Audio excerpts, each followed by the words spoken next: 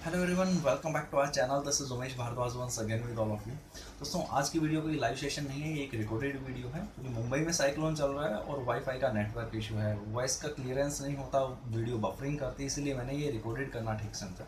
चलिए, आज की वीडियो में हम जो डिस्कस करने वाले हैं, आपके कमेंट्स के थ्रू जो भी क्वेरीज आपने मुझसे पूछी है पिछले 3 से 4 वीडियोज़ में, वो सभी मैंने नोट डाउन कर ली है। एक एक करके सभी का आंसर करूँगा। सभी तरह का सर्टिफिकेट, 10th 12th का सर्टिफिकेट, एनसीटी का सर्टिफिकेट, उनका ऑफिस का नंबर भी मैं आपको शेयर करूंगा, साथ ही साथ उनका मेल आईडी भी शेयर करूंगा। 2 से 3 दिन में आप वहां पर कॉल कर या रिस्पॉन्स लेकर, एक फॉलोअप लेकर वहां से वो चीज़ें बनवा सकते हैं। अभी टाइम है, बन जाएगा, कोई इशू नहीं होगा, ठीक है।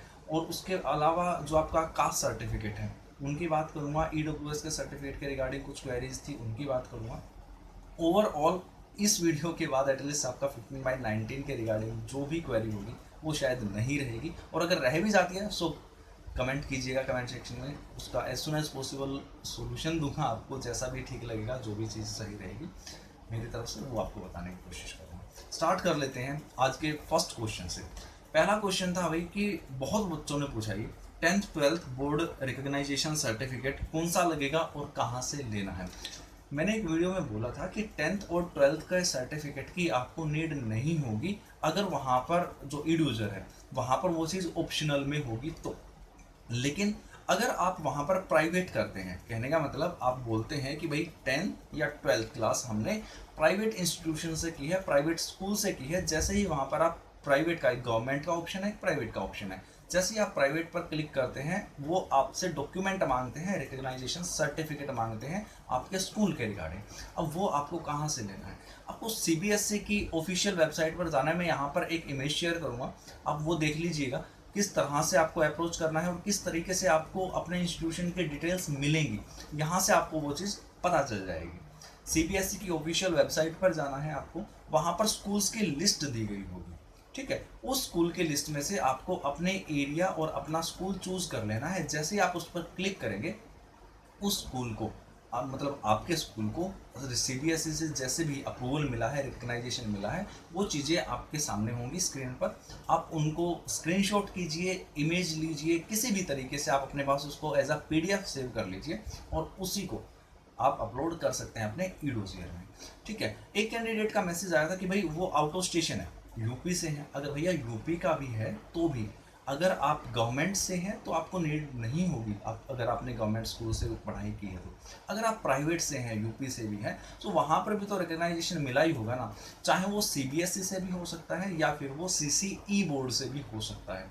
वो चीज़ आप अपनी देख लीजिएगा, आपका कुछ भी प्रॉब्लम नहीं रहेगा मेनली इस पर्टिकुलर पॉइंट के लिए कि भाई 10th या 12th का सर्टिफिकेट। उसके बाद एक और जो बड़ा डाउट था 10th और 12th की मार्कशीट एंड सर्टिफिकेट को लेकर, कि भाई मार्कशीट और सर्टिफिकेट में डिफरेंस क्या होता है। ई डोजियर में अगर हमें सबमिट करना है, अपलोड करना है, तो क्या चीज़ अपलोड करनी है उसके रिगार्डिंग, सो वो सुन लीजिए। भाई सीबीएसई बोर्ड के हिसाब से अगर बात की जाती है, सो वहाँ पर मार्कशीट एक अलग चीज़ होती है और सर्टिफिकेट एक अलग चीज़ होती है। कहने का मतलब मार्कशीट और सर्टिफिकेट अपने आप में दो अलग अलग डॉक्यूमेंट होते हैं। ये है सीबीएसई बोर्ड के अकॉर्डिंग। अब सीसीई बोर्ड के अकॉर्डिंग क्या है कि एक ही डॉक्यूमेंट मिलता है, आप उसको सर्टिफिकेट कम मार्कशीट बोल सकते हैं या फिर मार्कशीट कम सर्टिफिकेट बोल सकते हैं, लेकिन आपके पास है तो एक ही ना।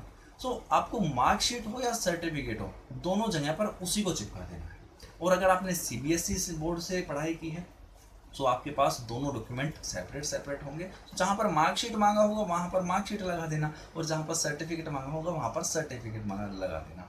सर्टिफिकेट बोले तो वो पासिंग सर्टिफिकेट जो होता है ना, कि भाई 10th क्लास आपने एक स्कूल से पास कर ली, उसके बाद आपको वो पर्टिकुलर सर्टिफिकेट एक इशू किया जाता है, सो वो आप वहाँ पर लगा देना। ओके, वहाँ पर उसमें सिर्फ आपकी बेसिक डिटेल्स होती है, आपके सब्जेक्ट्स होते हैं, आपके बैक साइड में प्रिंसिपल ने अटेस्ट किया होता है, वो चीज़ें होती है। और मार्कशीट में आपका मतलब सिर्फ नंबर से है कि आपने कितना स्कोर किया है, वो वाली चीज़ें उसके अंदर होती हैं, चाहे वो 10th का हो या फिर 12th का हो। ये तो चीज़ रही आपकी स्कूलिंग के रिगार्डिंग। उसके बाद आती है कि भाई सीबीएसई सीसीएस बोर्ड मार्कशीट और सर्टिफिकेट का है, वो भी मैंने आपको बता दिया। एक डिटेल हरियाणा के रिगार्डिंग थी कि भाई हरियाणा वाले भी बोल रहे थे कि उनके पास सिर्फ एक ही डॉक्यूमेंट है।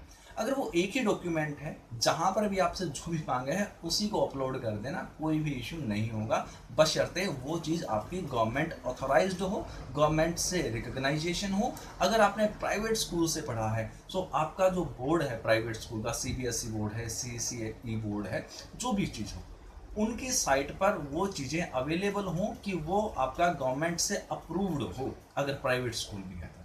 आगे बात समझो, आगे बढ़ते हैं। उसके बाद भाई मुख्तार अहमद मिश्रा जी ने एक क्वेश्चन पूछा है। 15/19 सर्टिफिकेट्स NCTE का है, 10th and 12th UP private school से किया हुआ है। सो उनको क्या क्या चीज़ें अपलोड करनी है, उन्होंने तीनों चारों चीज़ें पूछ ली हैं अपने कमेंट में। सो यहाँ पर चीज़ें कवर हो जाएंगी। भाई पहले तो NCTE का सुन लो आप। NCTE का सर्टिफिकेट 2 से 3 दिन में बन जाता है, अगर आप ठीक से चीज़ें डील करो। डील किस तरीके से करनी है, यहाँ पर एक मैं नंबर शो कर रहा हूँ आपको, वर्बली बोल भी देता हूँ, स्क्रीन पर एडिट भी कर दूंगा। 01143152353, एक ये नंबर है, ठीक है। उसके बाद एक दूसरा नंबर है 01120893264। दो नंबर मैंने बोले, यहाँ पर मैं एडिट भी कर दूंगा इस रिकॉर्डिंग में, ठीक है। उसके बाद ईमेल आईडी भी बोल रहा हूँ, वो भी साथ में आपको स्क्रीन पर मिल जाएगी, देख लेना। WRC@NCTE,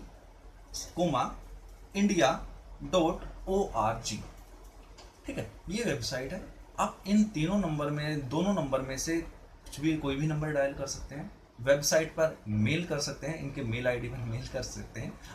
आपने जो भी वहाँ पर साइन अप किया है, कहने का मतलब आपने अपनी डिटेल्स वगैरह फिल कर साइन अप किया होगा ना कि हमें सर्टिफिकेट इशू करवाना है।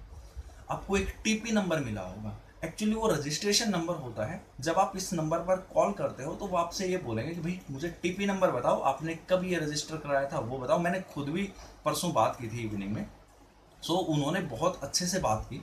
इवन उन्होंने ये तक बोला कि एज सुन एज पॉसिबल हम ट्राई करते हैं कि कैंडिडेट को सर्टिफिकेट इश्यू हो जाए, क्योंकि कैंडिडेट के भविष्य की बात होती है और हम नहीं चाहते कि हमारी वजह से, लेट की वजह से कैंडिडेट को उसकी एलिजिबिलिटी के जो भी डॉक्यूमेंट्स होते हैं वो कंप्लीट करने में दिक्कत।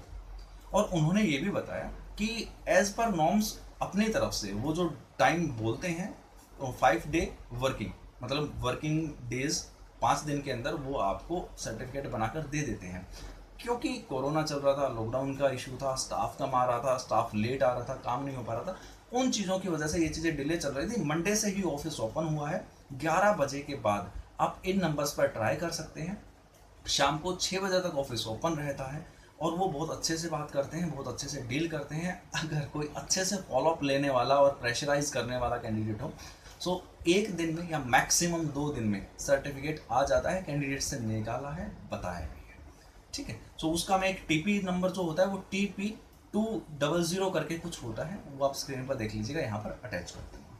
उसके बाद है कि भाई NIOS DLED वालों के लिए क्या अपलोड करना होगा E-डोसियर में। भाई NIOS से DLED किया है या कोई भी कोर्स किया है, आपको डॉक्यूमेंट्स अपनी मर्जी से अपलोड नहीं करने।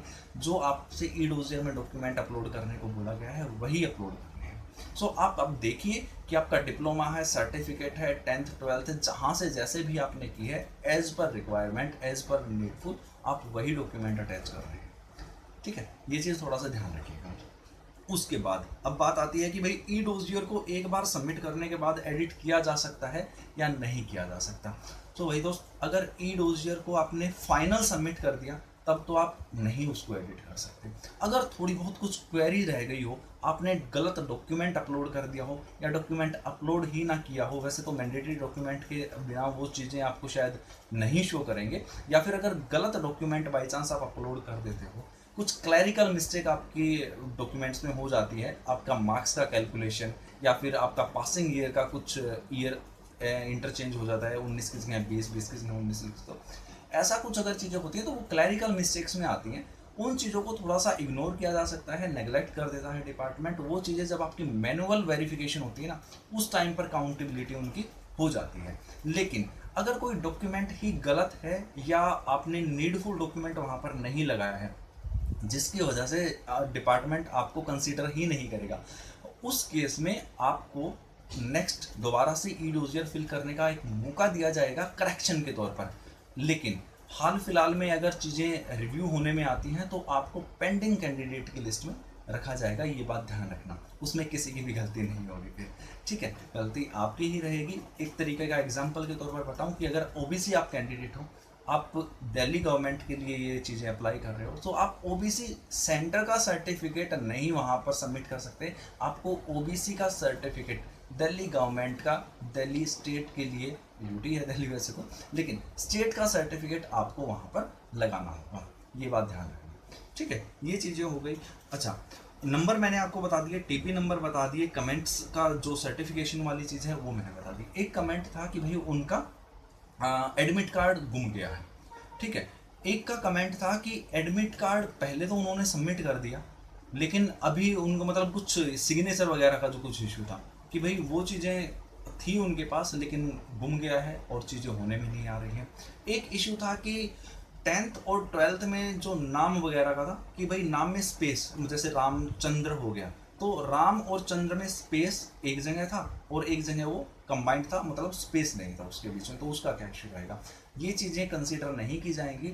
अगर वो स्पेस वाला कहने का मतलब एक जो मामला होता है उसको इग्नोर कर दिया जाता है, ठीक है। तो और बाकी अगर किसी का बिल्कुल ही नाम डिफरेंट होता है या स्पेलिंग डिफरेंट होती है तो उस केस में आपको एफिडेविट अटैच करना पड़ेगा। अगर बात आती है एडमिट कार्ड की, जो ई एडमिट कार्ड जिस पर इन्विजिलेटर के सिग्नेचर होते हैं, अगर आपके पास वो नहीं है तो गलती से अपना वो ऐसा मत कर देना कि यार बिना सिग्नेचर वाला आप अपलोड कर दो वहाँ पे, ठीक है, ऐसा मत करना। क्योंकि दिक्कत क्या होती है ना, वो लोग ये सोचने में आ जाते हैं कि यार आप पेपर खुद देकर भी आए थे या नहीं देकर आए थे, क्योंकि उनकी तरफ से वो ये मानकर चलते हैं कि अगर कैंडिडेट पेपर देने गया है तो उसके एडमिट कार्ड पर इन्विजिलेटर के सिग्नेचर जरूर होंगे, ठीक है। वो इन्विजिलेटर की गलती नहीं मानते क्योंकि वो उनके खुद के आदमी होते हैं, D+B से ही आपका इन्विजिलेटर जाता है।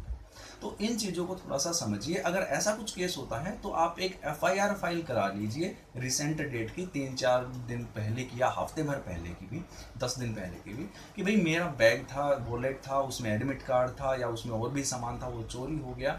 और जहाँ जब FIR में आप अपना एडमिट कार्ड का दिखाओगे ना, शो करोगे, तो उसको अंडरलाइन करके या मार्क करके हाईलाइट करके उसकी स्कैन कॉपी साथ में अटैच कर देना अपने एक्स्ट्रा डॉक्यूमेंट के थ्रू, आपकी चीज़ें क्लियर होने में आ जाएंगी। अगर और कोई भी आपकी क्वेरी रहती है इस चीज़ के रिगार्डिंग, आप मुझे कमेंट सेक्शन में कमेंट कर दीजिएगा, मैं आपको बता दूंगा, चीज़ें और भी अच्छे से क्लियर कर दूंगा। बाकी किसी चीज़ की टेंशन लेने की जरूरत नहीं है, ई-डोजियर ओपन हो चुके हैं। आप उन चीज़ों जो आपके पास डॉक्यूमेंट्स अवेलेबल हैं उन्हीं के हिसाब से आप खेल सकते हो।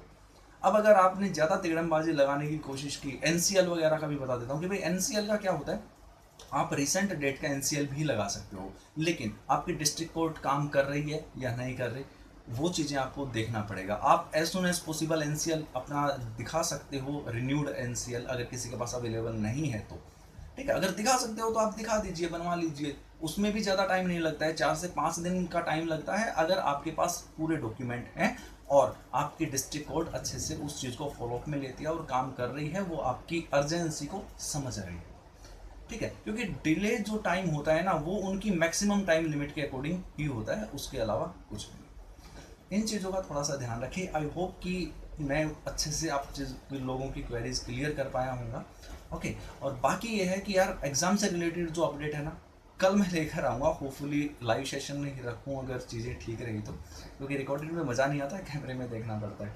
और चलिए एनीवे, बट इस चीज़ का भी हैबिचुअल मुझे होना पड़ेगा। बाकी देखते हैं, जैसा भी रहता है। आपकी कुछ भी क्वेरी हो कमेंट सेक्शन में कमेंट कर दीजिएगा, वीडियो को लाइक कर दीजिएगा, न्यू व्यूअर्स चैनल को सब्सक्राइब कर लीजिएगा और पढ़ते रहिए। मिलता हूँ नेक्स्ट वीडियो में, तब तक के लिए ख्याल रखिएगा, खुश रहिएगा, bye bye, take care. That was my time, this was Umesh Bhardwaj signing of.